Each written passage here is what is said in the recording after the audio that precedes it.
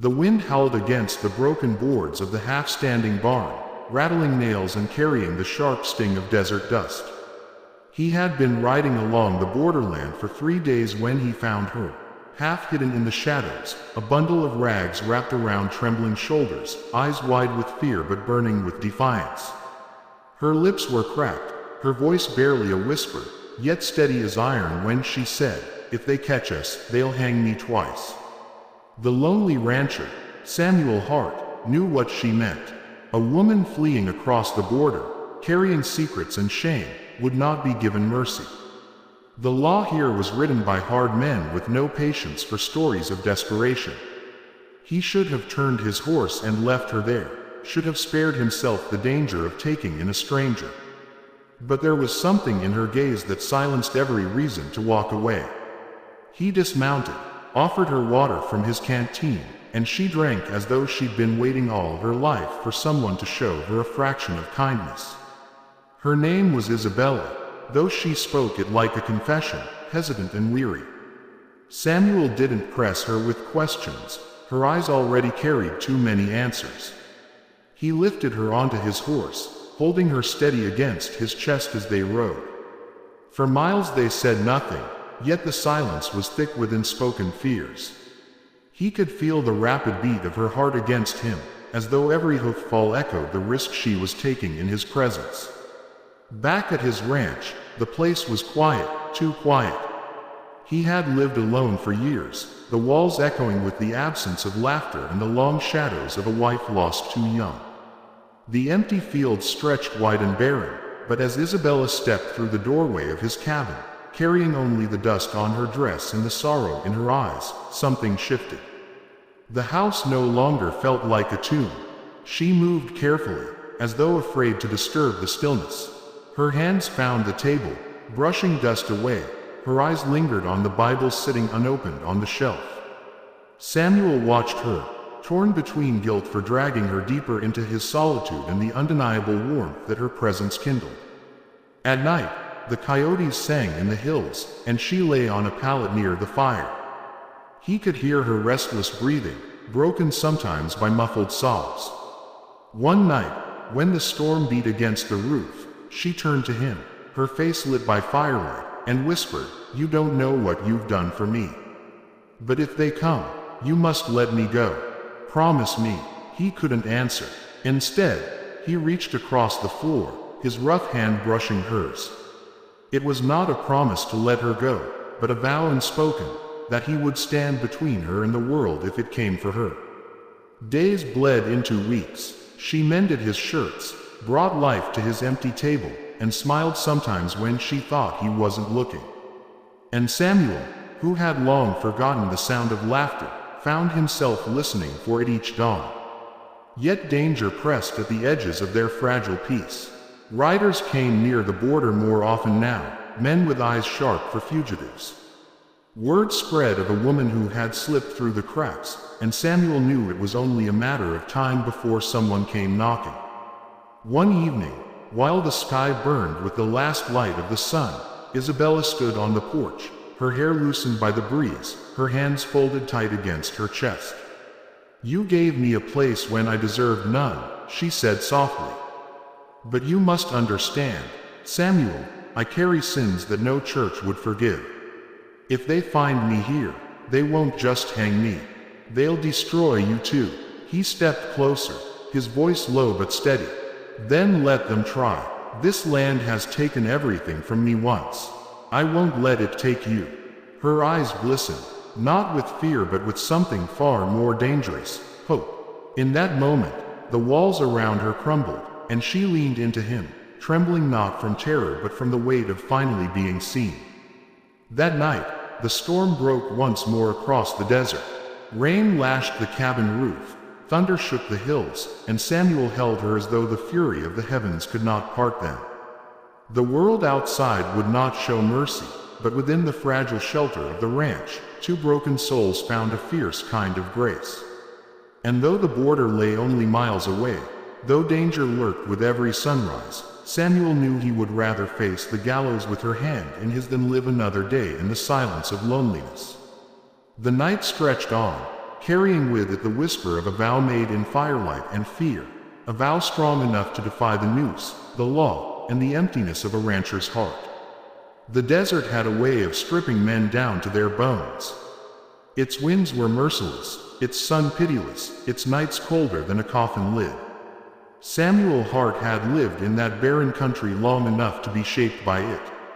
He was a man forged by silence and solitude, a man who had known the sharp edge of loss and chosen to survive by building walls no one could breach. His ranch was nothing more than a scattering of weathered wood and thirsty soil, but it was his fortress against a world that had already taken too much. It was near the border where he found her. The barn stood broken, ribs of timber poking against the horizon like the bones of a dead animal. Samuel had ridden that way in search of strays, but what he found instead was a flicker of movement, a shadow among the ruins. He dismounted slowly, his hand brushing the butt of his revolver. Out here, shadows could mean desperate men, and desperate men were dangerous. But what stepped into the fading light was no outlaw. She was small, wrapped in rags that once might have been a dress. Her hair was dark, tangled with dust, her lips cracked from thirst.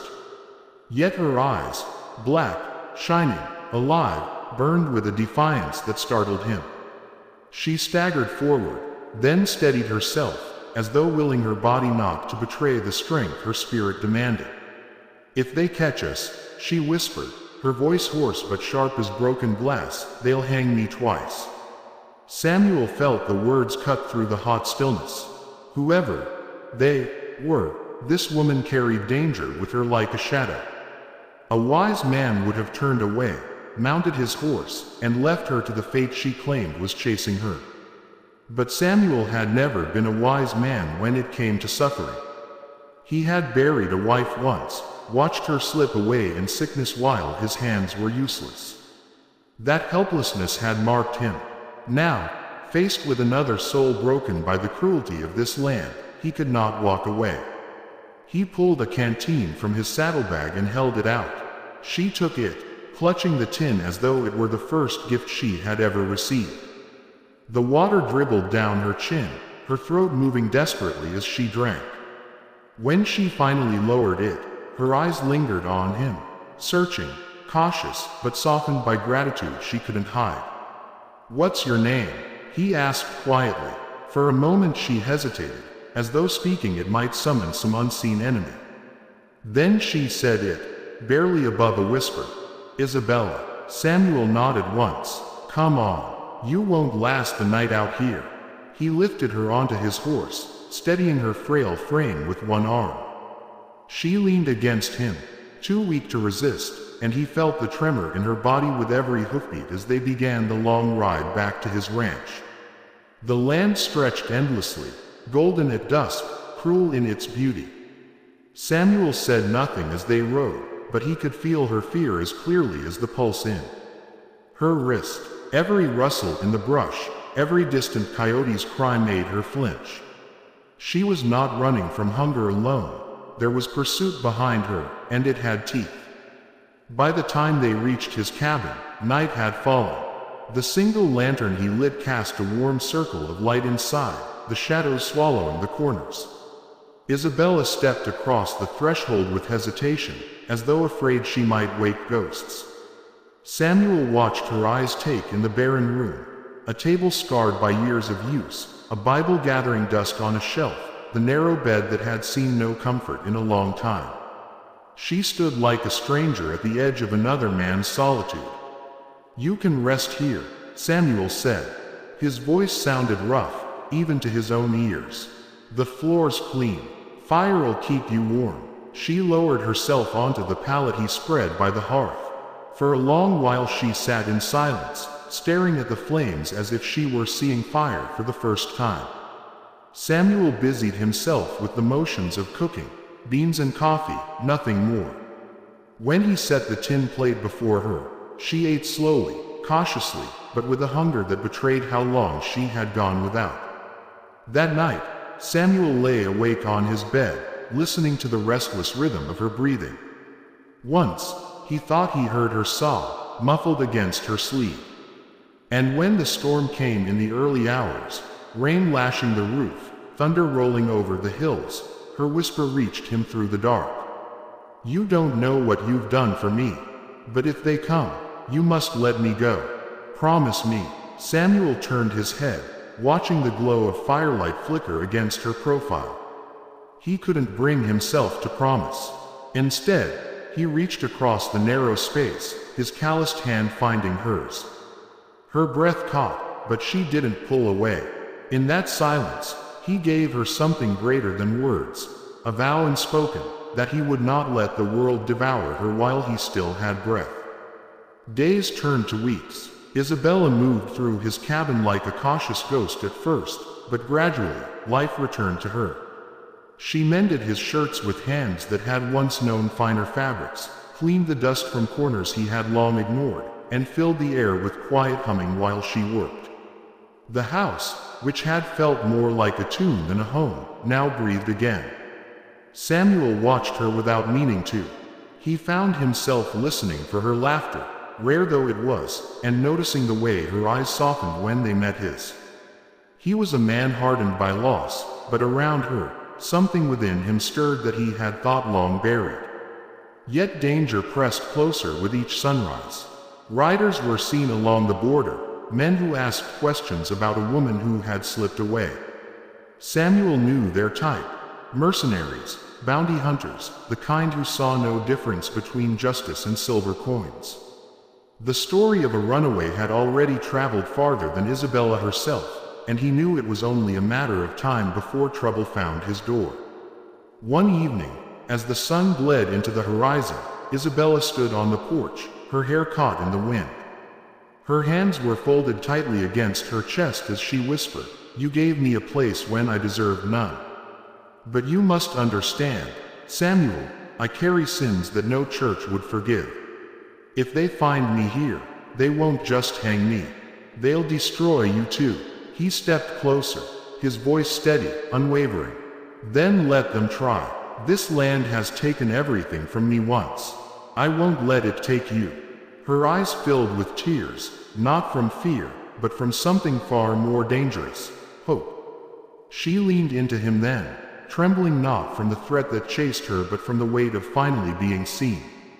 Samuel wrapped his arms around her, holding her against the emptiness that had haunted him for years.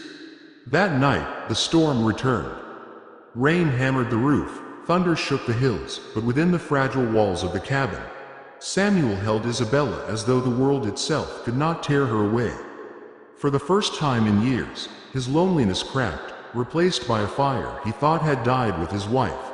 Still, Samuel knew the storm outside was not the only one he would face. Somewhere out there, men were hunting Isabella. And when they came, they would bring with them the judgment of a merciless world. Samuel lay awake long after Isabella drifted into uneasy sleep, staring at the shadows on the ceiling. He knew the truth as well as he knew the weight of the revolver by his bedside. Peace was only a fleeting thing in the borderlands, and to keep her safe, he would need to be ready to bleed again. The nights grew heavier after that storm. Samuel sensed it first in the way the coyotes went silent before dawn, as if they too were waiting. Then came the riders, distant hoofbeats on the ridge, lingering shadows by the river. They never approached the cabin, not yet, but Samuel knew what their patience meant. They were circling, watching, waiting for the right moment to close in. Isabella felt it too. She moved through the house with quiet urgency, folding small bundles of food, whispering prayers beneath her breath. Sometimes she startled awake from dreams, clutching the blanket with wide eyes, as though she saw gallows rising before her. Samuel tried to calm her, but her words haunted him. "If they catch us, they'll hang me twice." One evening, as the last glow of sun slipped behind the mesas, Isabella finally told him why. She sat across from him at the table, her hands wrapped around a chipped mug of coffee she barely touched. "I was married," she began, her voice trembling but steadying with each word, "to a man of wealth, a merchant who made his fortune trading across the border. He was cruel. To him, I was little more than property. And when his temper turned violent, her throat caught, and she looked away. I fought back, harder than he expected. He fell, hit his head on stone. By the time I realized he wasn't moving, blood was already pooling. Her voice broke then, but she pushed forward, the confession burning through her. His family swore I murdered him. They bribed the law, spread their stories, and before I could breathe, I was branded a fugitive. They wanted me hanged, not once, but twice over. Once for killing him, and again for dishonoring his name. The silence that followed was heavy, thick with unspoken judgment. Isabella braced herself for it, expecting Samuel to recoil. But he only sat there, his weathered face carved with thought. He had seen the truth in her eyes long before her words confirmed it. "You fought to live," he said finally. "That ain't a sin." Tears slipped down her cheeks, but for the first time, they were not tears of fear. She reached across the table, her hand trembling as it found his. Samuel clasped it, steady and sure. "You're safe here," he told her. "As long as I breathe, no man's noose will touch you." But Samuel's promise was tested sooner than he wished. 2 days later, just after dawn, he saw dust rising on the horizon. 4 riders, their silhouettes sharp against the morning light, moving with the precision of men who knew their quarry was close. Samuel stood on the porch, hand resting on his revolver, while Isabella froze in the doorway behind him. "They've found me," she whispered. Samuel's jaw tightened. "Then they'll find me standing between them and you." The riders approached slow, deliberate. Their leader, a tall man with a scar cutting across his jaw, reined in just short of the porch. His eyes swept over Samuel, then past him to Isabella. "Morning," the scarred man drawled. "We're looking for someone. Dark hair, dark eyes, woman of questionable virtue. You wouldn't happen to have seen her, would you?" Samuel's hand didn't move from his gun. "Ain't seen anyone matching that." The man smirked. "Funny. Folks say she was headed this way. And folks usually don't lie when there's coin involved." His gaze sharpened, the false friendliness slipping. "Step aside, rancher. Let us look inside." Isabella gripped Samuel's sleeve from behind, her nails digging into the fabric. Samuel didn't move. His voice was calm, but it carried the weight of iron. "You'll turn around. You'll ride back the way you came. There's nothing for you here." The air hung heavy, the only sound the restless shifting of horses. Then the scarred man leaned forward, eyes narrowing. "You're hiding her, and for that, you'll hang alongside." Samuel's revolver cleared leather in one smooth motion, the hammer cocking back with a click that cracked the silence. The riders stiffened, hands inching toward their own weapons. For a long, dangerous heartbeat, the world balanced on a blade's edge. Finally, the scarred man sneered. "This ain't finished, old man. We'll be back, and next time, we won't ask." He wheeled his horse, spitting in the dirt, and the others followed, their dust trailing like a promise of death. Isabella sagged against the doorway, trembling. "You should have let them." "No," Samuel cut her off, his voice hard. "I've buried enough. I won't bury you too." From that moment, Samuel knew peace was over.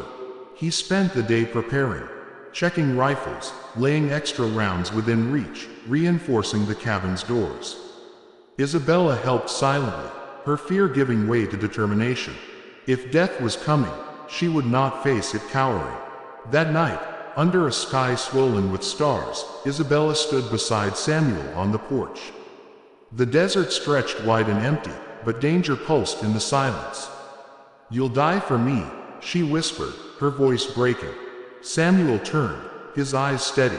"No, I'll live for you, and if they want to drag me down, they'll have to earn it." Her lips trembled as she reached up, pressing her forehead to his chest.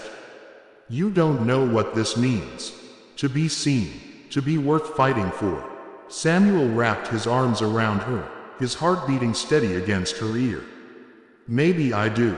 Maybe I've been waiting for it as long as you have." The next day, they came.